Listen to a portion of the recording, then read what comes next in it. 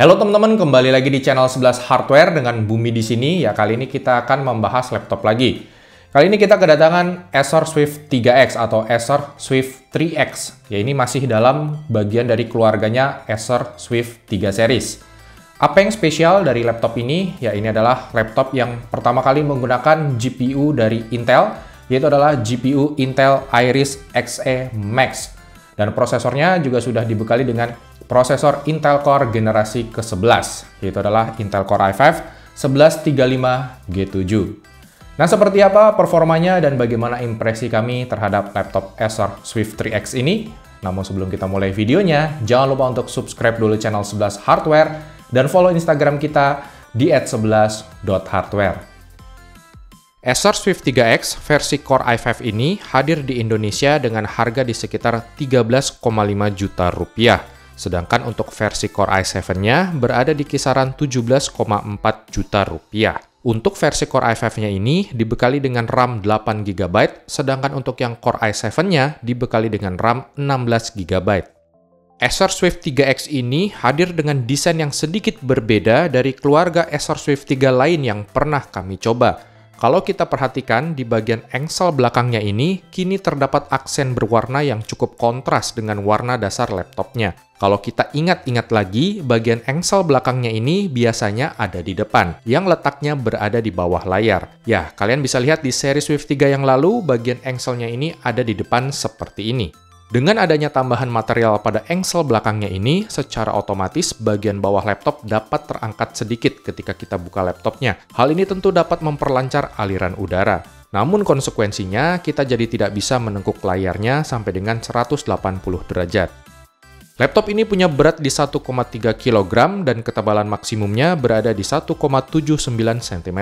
Acer Swift 3X ini memang agak sedikit lebih tebal daripada varian Acer Swift 3 lainnya. Hampir seluruh permukaan bodi laptop ini terbuat dari bahan logam. Untuk pilihan warnanya sendiri terdapat dua macam, yaitu Stream Blue dan Safari Gold seperti yang ada di studio kita kali ini. Secara spesifikasi, laptop ini sudah menggunakan Intel Core generasi terbaru, yaitu adalah Intel Core generasi ke-11 atau Intel Tiger Lake. Prosesornya menggunakan Intel Core i5 1135G7. Prosesor ini memiliki GPU internal, yaitu adalah Intel Iris Xe. Namun, laptop ini juga memiliki GPU discrete lagi, yaitu adalah Intel Iris Xe Max. Jadi, seri Swift 3X ini punya dua GPU yang namanya tuh mirip. Intel Iris Xe untuk iGPU-nya dan Intel Iris Xe Max untuk GPU discrete-nya. Kemudian, laptop ini dibekali dengan 8 GB RAM LPDDR4X yang tidak bisa kita upgrade karena sudah menyatu dengan mainboard laptopnya. Lalu layarnya pakai ukuran 15 inch IPS Full HD, SSD-nya 512 GB NVMe, dan laptop ini juga sudah dibekali dengan Windows 10 original beserta Microsoft Office Home and Student original juga.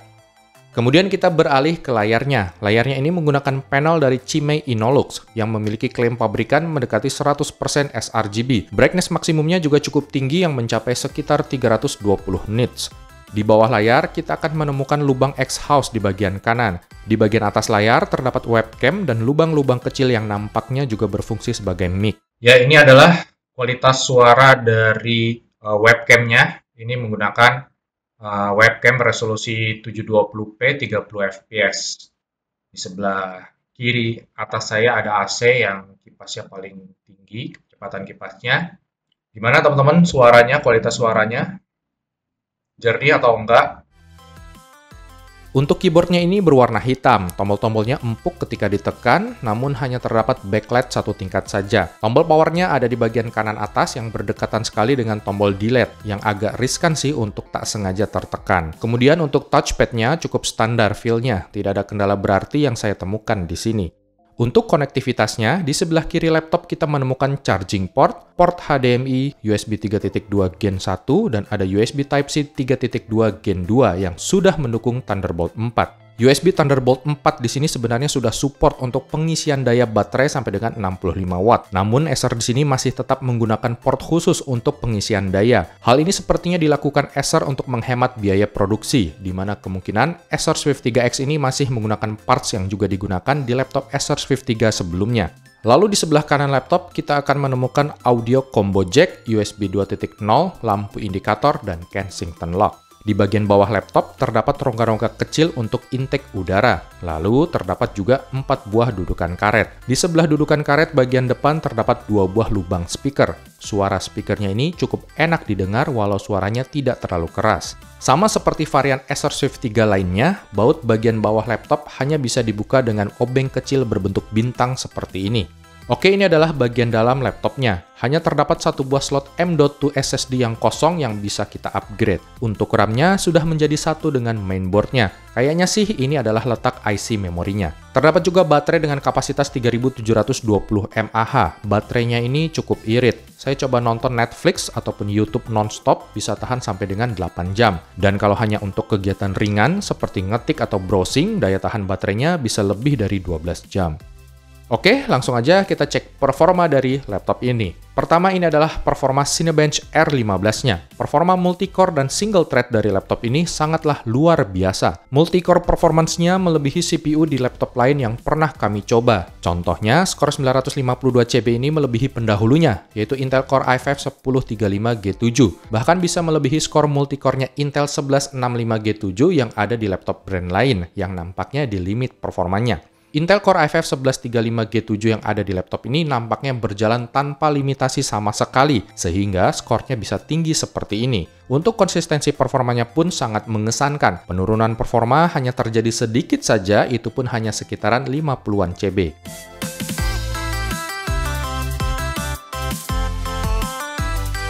Kemudian untuk performa GPU-nya, Intel Iris Xe Max ini punya grafik score yang lumayan tinggi untuk sebuah GPU baru. Grafik score-nya mencapai 6200-an poin, di mana ini udah lumayan banget untuk sebuah GPU laptop ukuran tipis. Nah, tadi teman-teman udah lihat bagaimana performa grafiknya dari Intel Iris Xe Max di 3D Mark Firestrike. Grafik score-nya mencapai sekitar 6200-an poin. Angka segitu sebenarnya udah bagus banget ya. Namun ketika saya coba bermain game, main game Pro Evolution Soccer 2020, dan saya juga coba untuk menjalankan Adobe Premiere Pro. Namun pas saya coba itu kok saya kurang puas dengan performanya.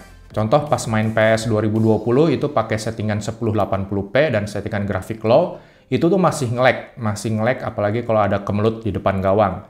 Dan kalau kita main di siang hari juga FPS-nya tuh nggak stabil di 60. Seharusnya dengan grafik score di 6200-an poin harusnya sih bisa lancar ya 1080p low. Nah, setelah saya baca-baca, ternyata ada beberapa langkah yang harus kita lakukan begitu kita beli laptop ini.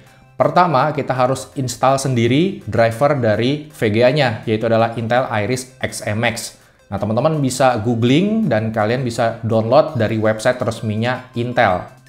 Dan yang kedua, kita buka driver yang sudah terinstall tadi, itu ada di menu Windows, itu adalah di Intel Graphics Command Center. Nah, di situ kita buka, dan di situ ada langkah-langkah yang mesti kita lakukan.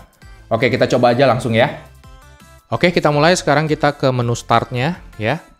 Kita cari tempat drivernya terinstall. Ini dia, Intel Graphics Command Center. Ditunggu. Nah, begitu kita klik, ini ada notifikasi ya. New Discrete GPU Detected. Dan kita ikutin aja perintah yang ada di sini ya. Kita harus ke menu Graphic Setting. Kita ke menu Search ini, ketik Graphic Setting. Nah, di sini saya udah ngetik, diklik yang ini.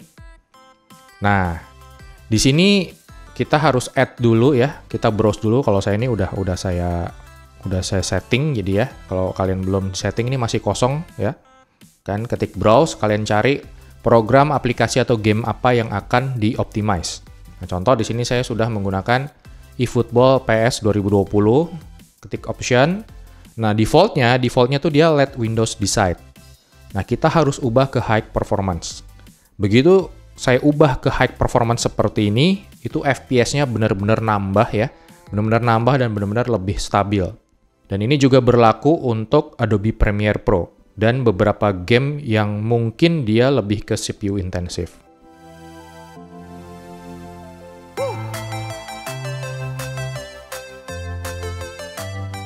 Di game pertama adalah eFootball Pro Evolution Soccer 2020. Di sini kami menggunakan resolusi Full HD dengan settingan grafik low. Di settingan grafik low ini, kita bisa memainkan game PS 2020 ini dengan sangat lancar. Rata-rata FPS-nya bisa stabil di 60 FPS bahkan ketika replay.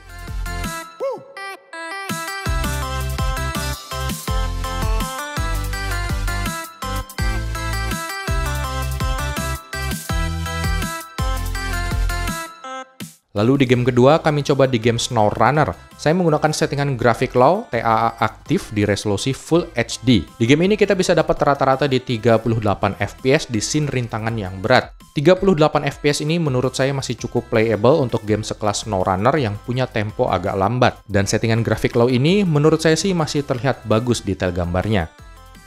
Lalu di game ketiga kita coba di game yang agak jadul yaitu adalah Tomb Raider 2013. Saya coba di settingan ultra atau settingan tertinggi tanpa trace FX aktif. Hasilnya kita bisa dapat rata-rata FPS di 40 FPS untuk scene berat ataupun sedang battle ketemu musuh. Namun kalau di tempat yang sepi kita bisa dapat lebih dari 50 FPS. Yang berikutnya kita coba di aplikasi Blender. Kami tes rendering gambar untuk project Barbershop. Waktu rendering yang dibutuhkan mencapai sekitar 32 menit.